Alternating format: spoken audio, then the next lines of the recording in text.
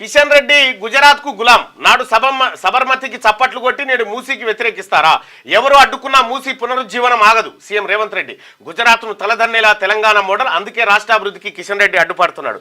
మహారాష్ట్రలో షిండే, అజిత్ చవాన్ లెక్క ఇక్కడ ఈయన తయారైండు. అబద్ధాల పోటీ పెడితే ప్రధాని మోడీకే ఫస్ట్ ప్రైజ్. దేశమంతా కులగణన చేపట్టాలని డిమాండ్.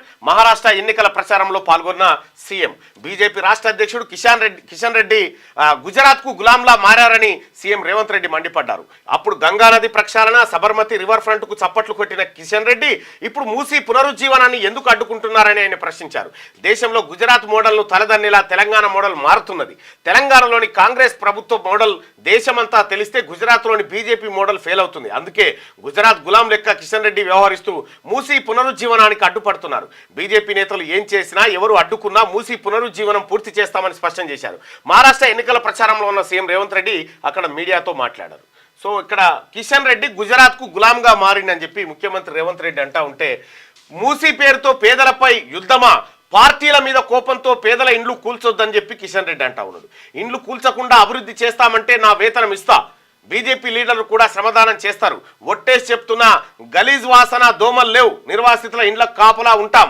డ్రైనేజీ సంగతి తేల్చకుండా ఇండ్లు కూల్చడం సరికాదు. బుల్డోజర్లు ఎక్కిస్తామన్న సీఎం కామెంట్లతో 9 మంది గుండెపోటుతో చనిపోయినరు. హైదరాబాద్ కు కృష్ణా నీళ్లు తెస్తే సీఎం రేవంత్ ఫోటో మేమే పెట్టుకుంటాం.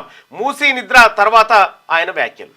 పేదలపై రాష్ట్ర ప్రభుత్వం యుద్ధం ప్రకటించిందని, వారి ఇండ్లను కూల్చేస్తున్నదని కేంద్ర మంత్రి బీజేపీ రాష్ట్ర అధ్యక్షుడు కిషన్ రెడ్డి ఫైర్ అయ్యారు.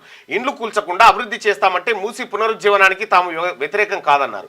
ప్రాజెక్టు కోసం తమ వేతనం ఇస్తామని ప్రకటించారు. పార్టీ నేతలు, కార్యకర్తలు కూడా శ్రమదానం చేస్తారని చెప్పిండు. ఒక పని చేయరు, ఇప్పుడు మూసీ కాడ అంటే ఏదో ఆ సబ్జెక్టు పక్క పెట్టి ఇంకా వేరే కాడ చేస్తున్న పనులకు మీ జీతాలు మీ అన్ని ఇచ్చేయరు. వేరే కాడ చేసేటువంటి పనులు ఉన్నాయి కదా, ఆడియ్యరు. ఎందుకంటే ఆడనే పంచాయతీ ఏడుంటుందో గాడ ఈయన ఇచ్చేది లేదు, సచ్చేది లేదు. మళ్ళీ దోమలు లేదంటే వాసన వస్తలేదట. మరి దోమలు లేవు, వాసన లేవు. అందుకే 3 నెలలు సంసారం చేయరాడు.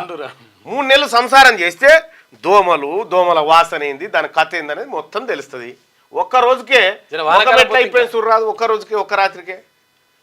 ఒక్క రాత్రికే ఇంకా మంచి ఏది కలర్ ఫోటో ఉంటే చూడరు, మంచిది హెచ్డీలో ఉంటే.